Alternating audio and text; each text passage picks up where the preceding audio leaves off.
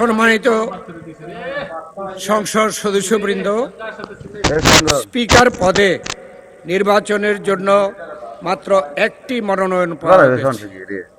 এ অবস্থায় মাননীয় সংসদ সদস্য জনাব হাফিজ উদ্দিন আহমদ বীর বিক্রম কে স্পিকার পদে নির্বাচিত হয়েছে বলে ঘোষণা করা যেতে পারে, কিন্তু কার্যপ্রণালী বিধির ৮ বিধিতে স্পিকার পদে নির্বাচন সম্পর্কিত প্রস্তাব ভোটে দেওয়ার বিধান থাকায় আমি প্রস্তাবটি সংসদের সামনে পেশ করছি।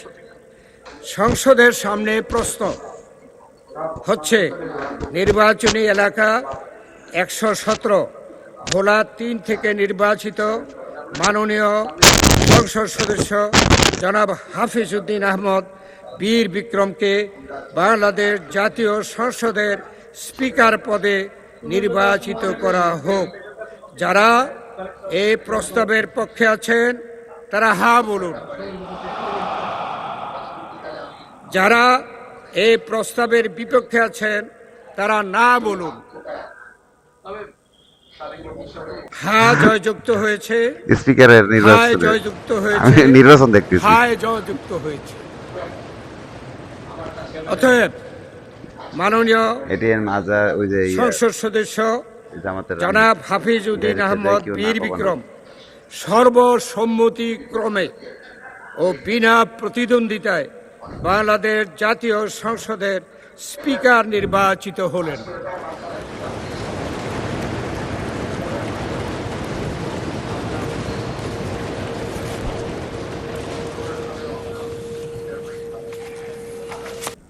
মাননীয় সংসদ সদস্যবৃন্দ, ডেপুটি স্পিকার পদে নির্বাচনের জন্য মাত্র একটি মনোনয়নপত্র পাওয়া গেছে।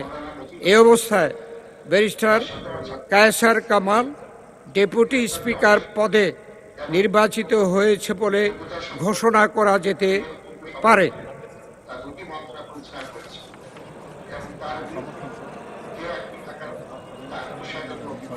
থাকায় আমি প্রস্তাবটি সংসদের সামনে পেশ করছি।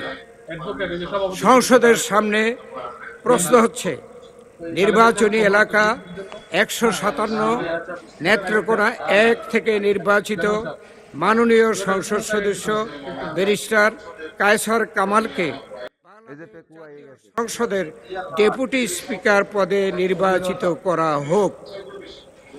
যারা এই প্রস্তাবের পক্ষে আছেন তারা হ্যাঁ বলুন। যারা এই প্রস্তাবের বিপক্ষে আছেন তারা না বলুন।